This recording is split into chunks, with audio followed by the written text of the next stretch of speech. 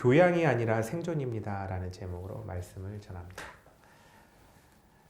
전쟁과 또 물가 상승으로 인한 혼돈의 한 주간을 살아내신 여러분 모두 정말 수고가 많으셨습니다. 그런데 이렇게 힘들고 어려운 한 주간의 삶을 살아나가실 때 하나님께서는 여러분에게 어떤 의미셨고 또 어떤 도움이 되셨을까요? 여러분의 시간 속에 하나님은 정말로 필요한 분으로 계셨고 또 힘과 도움을 주시는 분이 되셨나요?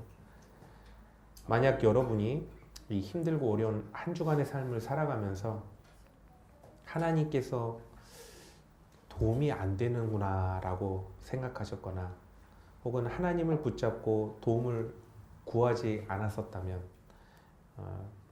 여러분은 아마 한 주간을 신앙으로 교양 생활을 한 것일 겁니다. 반대로 해결할 수 없는 상황을 만났을 때 하나님께서 모든 상황을 주관하시고 해결하시는 분이시다라는 것을 떠올리셨고 계속해서 하나님께서 해결해 주시길 기도하고 또 매달리셨다면 여러분은 한 주간을 신앙으로서 생존을 해내신 겁니다. 우리들은 어렵고 힘든 지금의 시대 속에서 신앙으로서 잘 이겨내고 어떻게 하면 형통할 수 있을까 이런 방법을 찾게 되는데요. 과연 성경은 이것에 대해서 뭐라고 말씀하고 계실까요? 오늘 본문을 보시면 예수님께서는 이 질문에 대한 답변을 주고 계시는데요. 예수님께서 태어나시던 때에 이스라엘의 상황을 가만히 보면 정말 어렵기 한이 없습니다. 국외적으로는요, 로마가 식민지를 수탈하고 있었어요. 그리고 국내적으로 보면 에돔 출신의 헤롯이 로마를 등에 업고 왕이 됐는데 왕권에 도전하는 수많은 사람을 죽여서 온 나라에 계속 피바람이 부는 거예요. 피바람이 끝이질 않습니다. 거기다 백성들은요, 로마의 수탈에 더해서 대대적인 토목사업과 건축을 명한 이 헤롯 대왕에 의해서 과도한 세금이 더 거치고 또 노동력까지 착취당하는 그런 상황이었습니다. 이러한 시대적 공포에 더해서 세례요한이라는 선지자가 나타나는데요. 이 세례요한 선지자가 나타나서 하나님의 나라가 곧 임한다. 이렇게 종말에 대해서 말을 하는 겁니다. 이를 통해서 이스라엘이 세기말적 공포까지도 이제 깊이 드리워진 거예요. 더해서 이제 극소수의 왕족, 귀족, 이 모든 나라의 부가 이 극소수의 사람에게 다 이동합니다. 그러니까 엄청나게 극심한 빈부격차가 나라에 이제 생기게 되는데 일반 백성은요, 밥 굶지 않으면 다행이고요.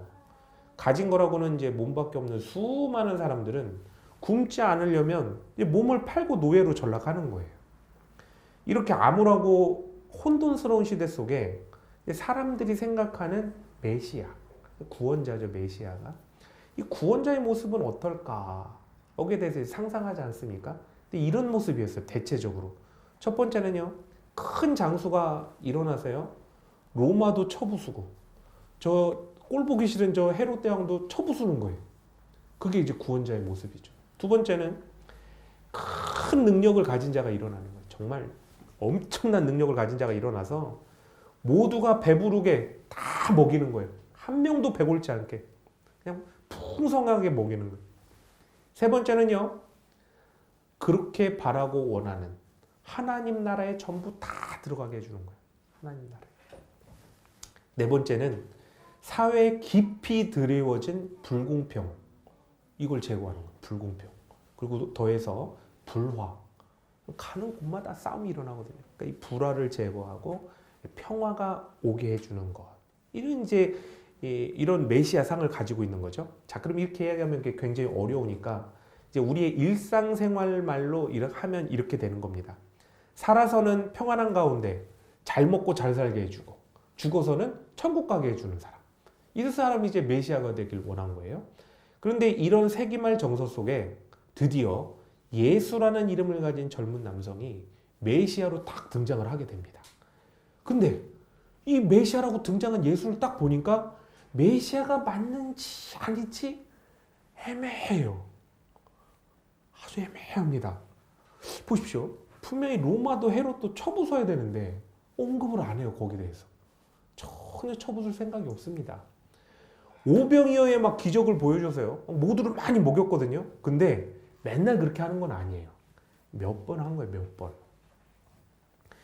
많은 병자를 치료하고요. 뭐 귀신 들린 자.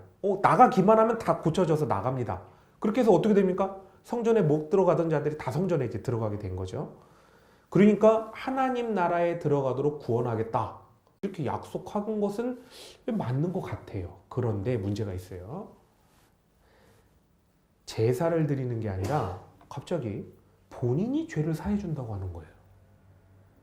제사를 통해서 죄를 사해 주는 게 아니라 본인이 죄를 사해 준다고 하는 거예요.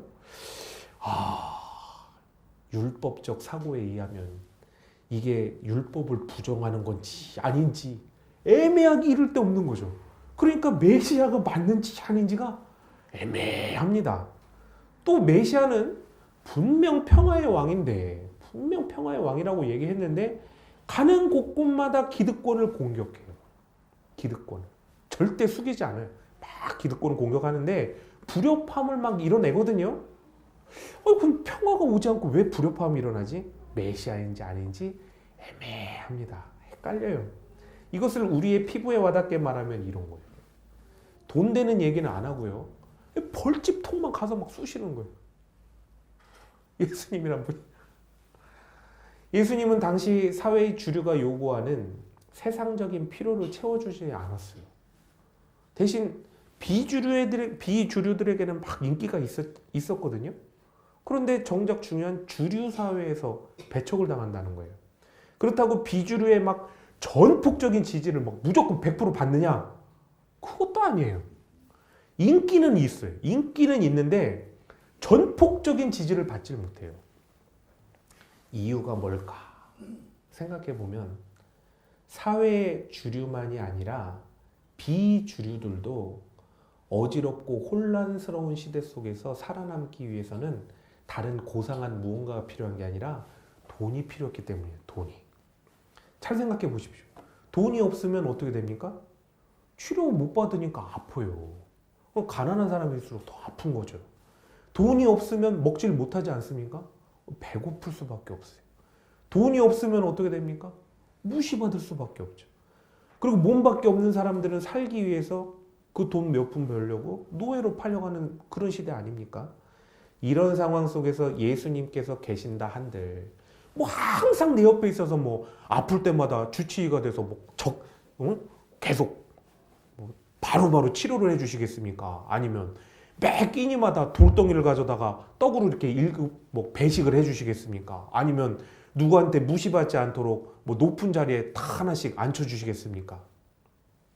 오히려요, 당시 권력자들과 주류들이 배척하고 싫어하는 대표적 인물이 예수님이에요. 가는 곳곳마다 당시 주류 사회를 비판해요. 그리고 혁명적인 말을 하죠.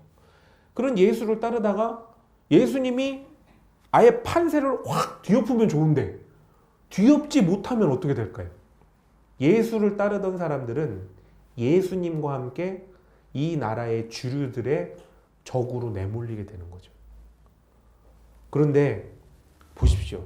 이 어려운 일에 동참하려면 확실한 보상이 있어야 되잖아요. 확실한 보상이. 그런데 예수님은 자신을 따르면 돈을 어떻게 보상해 주겠다고 언급을 안 해요. 마가복음 10장 29절에서 30절을 보시면요. 나와 복음을 위하여 가족과 전토를 벌인 자는 금세에 100배나 받을 것이라. 이렇게 말씀하셨죠. 그런데 여러분, 이거를 여러분이 아주 실질적인 여러분 삶에서 한번 들었다고 생각해 보십시오. 총금액 얼마를 언제까지 주겠다라는 얘기가 없어요. 100배는 근데 이거 듣는 입장에서는 어떻게 들립니까? 약간 뻥처럼 들리잖아요. 정확하게 내가 1억을 일주일 안에 너한테 줄게 이렇게 얘기해주면 얼마나 좋아요. 그럼 믿죠. 근데 그렇지 않아요. 다시 읽어드릴까요? 나와 복음을 위하여 가족과 전토를 벌인 자는 금세에 100배나 받을 것이라. 여러분 같으면 이러지 않으시겠어요? 아무리 고상하고 좋은 말이라고 해도요, 실제의 삶과 동떨어지고 나와 실질적인 이득 관계가 없다 이렇게 인식되면 그 순간부터 신앙은요, 교양 생활로 전락해져요. 교양이 되고 마는 거예요. 교양이. 그래서 예수님의 사역이 인기는 끌었는데 이러한 이유로 전폭적인 지지를 받을 수가 없는 거예요. 전폭적인. 이게 어디서 증거가 나타나냐면요, 예수님께서 십자가에 달리실 때 수많은 사람들이 다 돌아서요. 그냥. 그럼 궁금합니다. 예수님께서는 왜 인간의 삶에 가장 중요한 이 돈에 대해서 확실하게 언급을 왜 안 하실까요? 주시면 좋은데 왜 언급을 안 하실까요? 그런데 예수님의 말씀이 실제 삶과 동떨어졌다고 보는 시각은 사실 기독교에 대한 이해와 지식이 없기 때문에 생기는 예수님에 대한 오해입니다. 예수님의 말씀이 삶의 실제와 동떨어졌다고 생각하는 사람은 그 이유가 있어요. 왜 그러냐면 인간의 문제가 물질, 건강, 명예, 권력 이런 것 같은 어떤 세상적인 것이 내 안에 없다. 즉 세상적인 것이 부재하기 때문이다라고 그 원인을 파악했기 때문에 그래요. 그런데 인간의 문제는 세상에 부재한 것을 채운다고 해결이 안 돼요. 무슨 뜻이냐? 잘 생각해 보십시오. 우리들의 삶은 세상의 것을 체험으로 해결할 수가 있어요. 삶은. 그런데 죽음은 세상의 것으로 해결이 안 돼요. 죽음에 대해서는 해결을 할 수가 없습니다. 사람들은요, 인생의 문제에 대해서 주로 급급하기 때문에 이 삶의 문제에 대해서만 주로 생각을 하지만 인생의 문제는요, 삶으로만 생겨나는 게 아니라 죽음으로 생겨나는 문제도 거의 절반을 차지한다는 거예요. 물론 죽음도요, 뭐 장례식 비용, 상속 문제, 뭐 이런 건 돈으로 해결할 수 있겠죠. 그러나 그 외의 문제는 어떤 것도 해결이 불가능하다는 거예요. 지금 당장에야 삶의 문제만 보이고 삶의 문제 해결에만 급급해서 살 수 있겠지만 나이, 건강 상태 이런 거에 따라서요, 해결할 수 없는 죽음의 문제는요, 그때부터 나와 먼 미래가 아니고 절대적인 두려움과 공포를 가져오는 아주 실질적인 문제가 됩니다. 그래서 인간이 해결해야 될 문제는요, 삶의 문제만 해결된다고 끝이 아니라요, 삶과 죽음의 문제, 이것이 동시에 해결돼야 해결이 되는 거예요. 그런데 생각해 보면 삶의 모든 문제를 돈으로 해결할 수 있다는 어리석음도 버려야 돼요. 세상 사람들은 얘기하죠. 돈의 문제, 돈으로 해결 안 되는 것이 없다. 돈은 액수의 문제다. 금액을 더 주면 다 해결된다. 그런데요, 아니에요. 잘 한번 생각해 보십시오. 돈이요, 인간의 외적 조건은 충족시켜 줄 수 있는데 이 내부적 조건은 충족시켜 줄 수가 없어요. 그럼 반대로요, 인간의 내부적 조건을 만족시켜 주면 외부적 조건도 만족되냐? 안 돼요. 안 됩니다. 왜냐면요, 아무리 내 안에서 만족한다 하더라도요, 외부적 조건이 만족이 안 되면 외부적 조건의 불만족이 내부적 조건의 불만족으로 바로 이어지기 때문에 그래요. 둘 다 만족이 돼야지 하나만 만족되는 건 없습니다. 결국 우리 삶의 문제는 돈의 문제가 아니고요, 돈으로 채워진다고 해결이 안 되는 문제예요. 그럼 뭐가 문제고 뭐가 채워져야 해결이 될까요? 성경은 여기에 대한 정확한 답변을 주시는데요, 인간이 창조되기를 하나님 안에 거할 때 온전하도록 만들어졌어요. 그렇게 그냥 만들어 놓으셨어요, 하나님께서. 그래서 하나님과 죄로 인해 단절되면 문제가 생겨나요. 그리고 하나님으로 채워지면 문제가 해결돼요. 이게 바로 창세기에 기록된 하나님께서의 창조 말씀입니다. 창세기 1장 27절을 보시면요, 인간이 하나님의 형상을 따라 창조되었다라고 기록되어 있지 않습니까? 근데 우리가 이 말씀을 들을 때, 아, 인간의 하나님의 형상이 담겨 있구나는 잘 생각하는데 그 그 반대로는 잘 생각하지 못해요. 그럼 반대로 생각하면 어떻게 될까요? 우리 안에 담긴 하나님의 형상이 어그러지면 우리 인간도 파괴되고 망가진다는 거예요. 따라서 예수님께서는 인간의 문제와 원인을 세상 것의 부재로 보지 않았어요. 그럼 뭐냐? 문제의 근원을 말씀하시는데요. 바로 하나님의 부재. 죄로 인한 하나님과의 관계 단절. 이게 아주 문제의 궁극적 원인이다라고 예수님께서 파악을 하신 거예요. 그렇기 때문에 예수님께서는 문제의 해결 방법을 알려주실 때 세상의 것을 가져서 부족을 채워라. 이걸 가르쳐 주지 않으시고 하나님으로 체험받으면 된다라고 가르치십니다. 예수님께서는요. 하나님과 죄로 인해 단절된 관계를 회복할 방안 이걸 알려주셔서 인간의 내부적 조건을 바로 임재하시는 하나님으로 인해서 체험받고 인간의 외부적 조건은 하나님의 통치하심에 순종함으로써 체험받도록 하셨어요. 이러한 상태를 우리는 주로 뭐라고 얘기를 하냐면요. 하나님 안에 거하는 삶. 하나님 안에 거하는 삶. 하나님과 동행하는 삶. 주로 이렇게 얘기를 합니다. 자, 그럼 문제의 해결을 넘어서 인간이 가장 복된 그 가장 지극한 복의 삶을 살아가기 위해서는 하나님 안에 거함, 하나님과 동행함 이것이 어떤 문제 앞에서 일시적으로 일어나는 일 혹은 필요에 의해서 어떤 기간을 정해놓고 일어나는 일이 되어서는 안 된다는 거예요. 그리고 또 어떤 이벤트성으로 가끔 일어나는 일 그래서도 안 된다는 거예요. 어떻게 될까요? 항상 그 상태를 유지해야 되는 일. 그러니까 우리가 항상 주 안에 거하고 항상 주님과 동행하는 것 이것이 유지돼야 된다는 거예요. 그래서 하나님 안에 거함, 하나님과의 동행에 대한 말씀들을 쭉 살펴보면 주로 시간을 표현하는 단어와 함께 사용되는데요. 항상, 언제나 이게 조건이 돼서 붙어 있어요. 항상 주 안에 거하고 언제나 주 안에 거하고 이것이 붙어 있는 거죠. 자, 그럼 하나님 안에 거하고 하나님 안에 동행한다는 것 이게 정확히 무엇일까? 구체적으로 무엇이라 얘기할 수 있을까를 생각해 보면 하나님과 인간 간의 상호작용이라고 할 수 있겠습니다. 상호작용. 자, 이렇게 하나님 안에 거함과 하나님의 동행을 하나님과 인간의 상호작용이다라고 보여주는 말씀이 오늘 말씀 36절에 기록된 것처럼 기도하며 깨어있는 겁니다. 기도하며 깨어있는 것. 자, 여러분 이게요. 말은 쉬운 것 같은데 구체적으로 뭔가 이게 굉장히 어렵죠. 근데 한번 제가 쉽게 한번 설명을 해보도록 하겠습니다. 여러분 기도가 뭐냐면요. 기도가 이 상호작용의 도구라면 깨어있는 거는요. 기도의 상호작용이 잘 작동하도록 되는 거예요. 잘 작동할 수 있도록 하라는 거예요. 그리고 기도와 깨어있음을 수식하는 시간의 단어 항상 이건 뭐냐면요.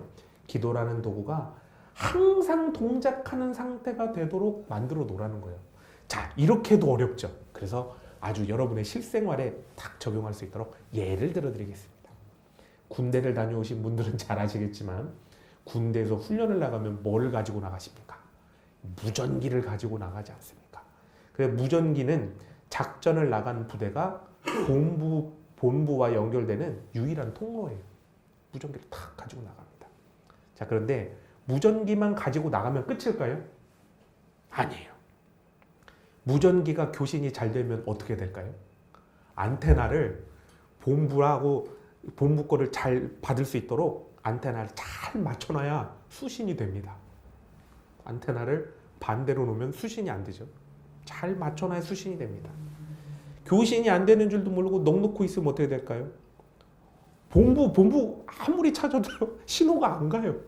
반대로요. 본부에서 아무리 작전 부대를 불러도 부른 줄을 모릅니다. 그런데 중요한 조건이 하나 더 있어요. 무전기를 갖고 나가잖아요. 그러면 어떻게 될까요? 항상 전원을 켜둬야 돼요. 전원을 안 켜두면 어떻게 될까요? 송신이 안 되는 거예요. 작전을 나간 이상 계속해서 무전기 전원을 켜놔야 됩니다. 24시간 무전기 채널을 열어놔야 소통이 되지. 무전기를 꺼버리면 먹통이 돼버리고 마는니다. 하나님께서는 본부시고요. 우리가 작전부대예요. 이 개념을 알고 계시면 항상 기도하고 깨어있으라. 이 어떤 의미인지를 실생활에 잘 적용할 수가 있어요. 다음으로 예수님께서 환난의 시대 속에서 준비하라고 하신 것이 최후 심판입니다. 여러분, 이 환난의 시대 속에서 최후 심판을 준비하라고 했을 때 저는 참 신기해요. 우리 성도님들 그래 최후 심판을 준비해야지 왜 그렇게 생각하시는지 모르겠어요. 저는 너무나 세상적이어서인지 몰라도 세상적인 기준에서 환난의 시대 속에서 준비해야 될 건 뭘까요? 여러분, 환난의 시대 속에 뭘 준비하실 겁니까? 당장 슈퍼마켓 가서 라면 사놓고, 금은방 가서 금 사놓고, 주식은 어디요? 미국 거 사놔야죠. 그런 거 아닙니까? 그런데 예수님께서 뭘 준비하라고 하세요? 최후 심판을 준비하래요. 여러분, 받아들이시겠어요? 최후 심판을 준비해라. 아니, 환난의 때 살아남을 걸 준비하는 게 아니라 왠지 뉘앙스가 죽을 걸 준비하라고 하는 것 같잖아요. 여러분, 이게 예수님 말씀을 확 받아들이시겠습니까? 좀 이상하죠? 왜 이상하냐? 예수님의 본뜻이 또 있기 때문에 그래요. 본뜻이 있는 거예요. 뭐냐? 예수님의 최후 심판은 곧 올 것과 같은 뉘앙스로 말씀하신 것과는 전혀 달리 무려 2000년이 넘은 지금 이 시대에도 최후의 심판날은 오지 않았습니다. 심지어는요, 오늘 아침에 모 집사님께서 예수님 금방 오실 거다, 금방 오셔야 된다 이렇게 했거든요. 금방 안 오세요. 이제 그 얘기해가지고 제가 그 얘기만 안 했어도 금방 오실 것 같았는데 그 얘기에서 이제 더 멀어진 거예요. 자, 이곳은 예수님께서 최후 심판을 준비하는 삶을 살아는 말씀의 의도가 최후 심판이 얼마 남지 않았으니 죽음을 준비해라 라는 것을 알리기 위함보다 신앙인의 삶의 자세는 그 어느 순간에 최후의 심판을 받더라도 천국이라는 판결을 받는데 전혀 문제가 없는 상태를 유지하라는 거예요. 하나님 안에 거하는 삶을 항상 살도록 유지해라. 이거를 강조하는 말씀이에요. 자, 그럼 여러분, 하나님 안에 거하고 있다는 것 정확하게 뭘까요? 34절을 보시면요, 마음이 둔하여지고 라는 말씀을 통해서 그게 뭔지를 알게 됩니다. 마음이 둔하여지고 라는 말씀은요, 한국말로 이제 정확한 뜻이 잘 전해지지 않는데요. 그렇기 때문에 사람들이 주로 어떻게 생각하냐면요, 그래, 이제 방탕하지 말고 술 먹지 말고 염려하지 말아야겠다, 이렇게 결론을 내요. 근데 이건 뭡니까? 또 다른 율법을 지켜야 된다는 어떤 다른 율법의 고리 속에 이제 들어가게 되는 거 아닙니까? 근데 말씀은요, 이런 규칙을 만들어서 지키라는 게 아니에요. 마음이 둔하여졌다의 이 둔하여짐은요, 헬라어 바리노라는 단어가 쓰이고 있는데요. 이게 무슨 뜻이냐면 무거운 것으로 꽉 찍어 누르다라는 뜻이에요. 무거운 걸 꽉 찍어 누르다. 이게 뭐냐? 방탕함, 술 취함, 생활의 염려 등등이라는 이런 세상적인 이유가 하나님의 뜻을 따르려는 마음을 아주 강하게 꽉 짓누르고 있다는 거예요. 그래서 하나님의 뜻을 따르지 못하고 막혀 있다. 가지 못하도록 막고 있다. 이런 뜻입니다. 그런데 내 안에 세상적인 이유가 하나님의 뜻을 따르지 못하도록 꽉 누르고 있다는 건데요. 이게 도대체 왜 그럴까? 이걸 생각해 보면 결국 내가 하나님보다 세상적인 이유를 선택했기 때문이다라는, 결국 내 선택이라는 걸 알게 돼요.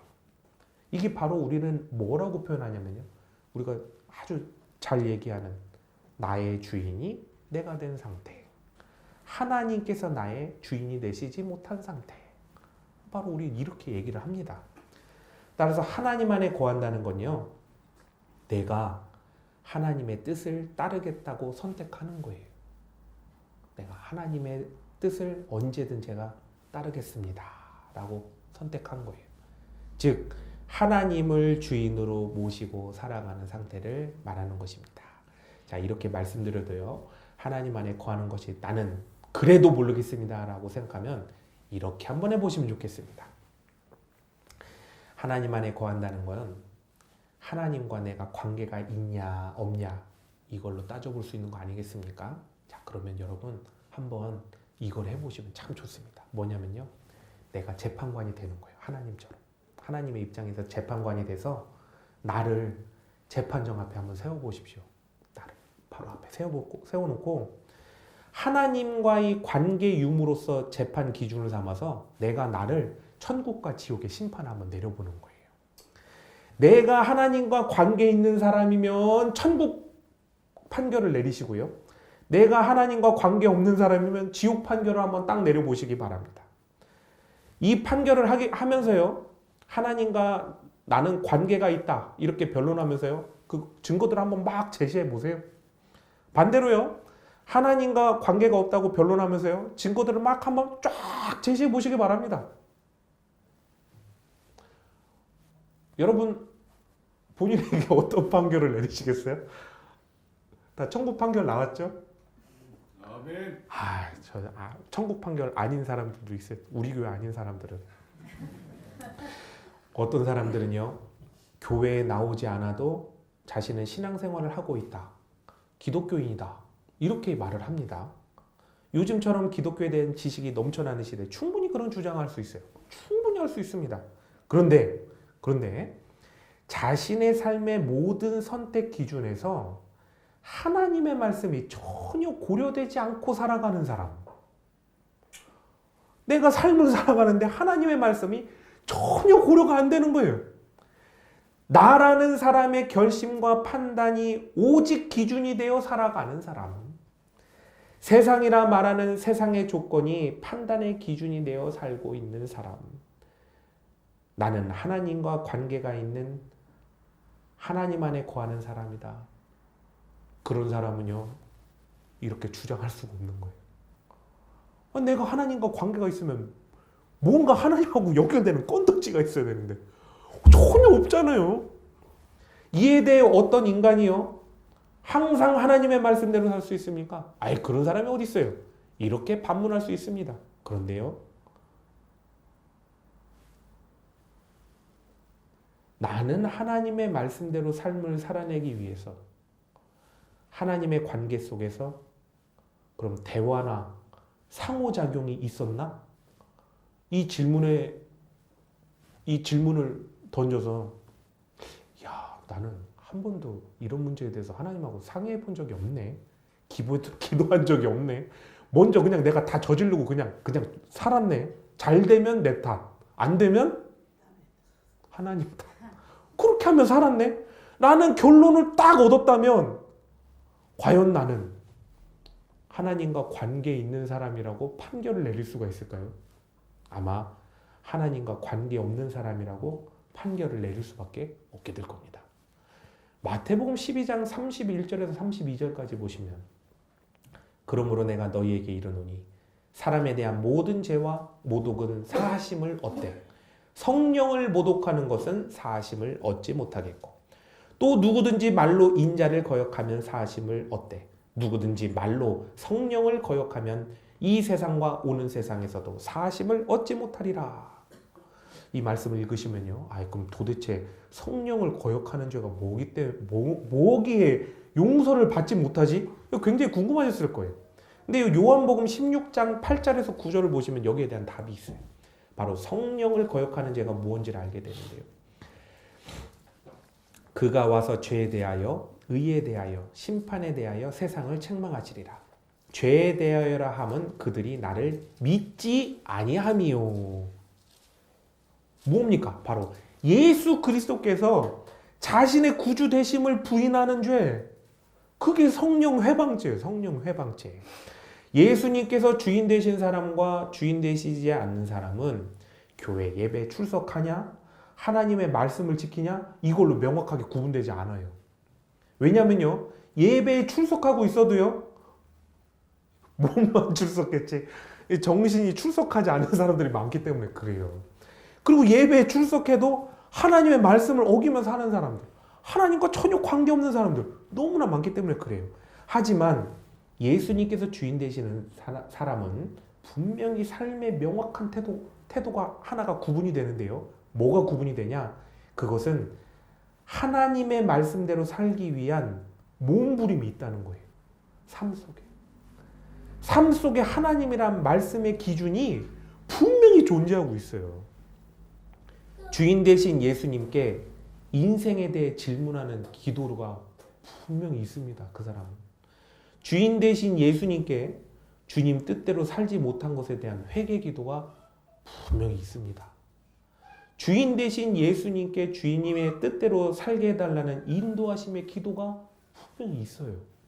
그리고 삶의 고난과 역경을 예수님을 통해 해결하려는 그 노력의 발버둥이 반드시 있습니다. 따라서 주 안에 거하는 사람은 삶의 그 어떤 순간이 최후의 심판이 될지라도 그의 죄악과 그의 문제는 그저 주님 안에서 주님께서 해결하실 일이 되는 거예요. 그러나 주 안에 거하지 않는 사람은요, 삶도 내가 스스로 그냥 살았듯이 삶의 그 어떤 순간 최후의 심판을 맞이하더라도 그의 죄악과 그의 문제는 삶 속에서 자기 마음대로 살았듯이 스스로 책임져야 될, 자기 죄에 대해서 자기가 책임져야 될 일이 되고 마는 것입니다. 그런데 이렇게 최후의 심판을 준비하는 하나님 안에 거하는, 하나님과 동행하는 삶을 살아가는 신앙인이 되어야 되는 이유는 단순히 죽음 이후에 천국에 간다는 의미를 넘어서고 있어요. 뭐냐? 이렇게 자신의 죽음을 천국으로 예비하는 삶을 살아가는 사람은 복 주시고 은혜 주시고 공급자 되어 주시는 하나님과 일평생 동행을 하면서 하나님께서 삶을 복과 은혜로 채워주시고 평안으로 변화시켜 주시는 그러한 삶을 천국으로 변혁시켜 주시는 놀라운 역사를 누리며 살아간다는 것입니다. 사랑하는 성도 여러분, 신앙은요, 우리 머릿속에 집어넣는 교양이 아니에요. 하나님으로 인해서 복된 삶을 살아나가게 만드는 생존의 영역인 거예요. 지옥의 권세를 이기고 천국의 영생복락을 누리게 만드는 영원한 생존에 관한 문제입니다.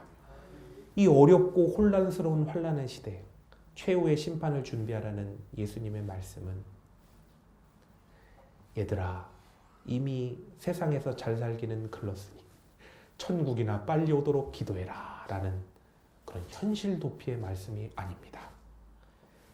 인간 세상의 환난과 고통이 세상의 것의 부재가 아니라 죄로 인해 하나님과의 단절로 인하여 생기게 된 하나님의 부재로 인한 결과이니까 너희들이 구원자 되신 예수 그리스도를 굳게 붙잡아서 복 주시고 생명 주시고 공급자 되신 하나님을 굳게 붙잡아서 순종하고 따름으로 세상을 이기고 승리하여서 복받는 삶을 살으라는 그 무엇보다도 실체적이고 현실적인 해결책입니다. 그리고 죽음으로써 구원의 완성인 하나님의 나라를 유업으로 받으라는 그 승리의 언약으로서 오늘날 세상을 살아가는 신앙인들에게 주는 격려이자 축복의 말씀입니다. 오늘 이 말씀을 들으심으로 인해서 사랑하는 성도님의 삶이 공급자 되신 하나님께 기도하는 삶으로 변화되시고 복 주시는 하나님 안에 살아가기 위해 발버둥 치는 삶으로 변화되셔서 하나님께서 주시는 삶의 복과 또 천국의 유업을 얻는 삶이 되시길 예수님의 이름으로 축원합니다.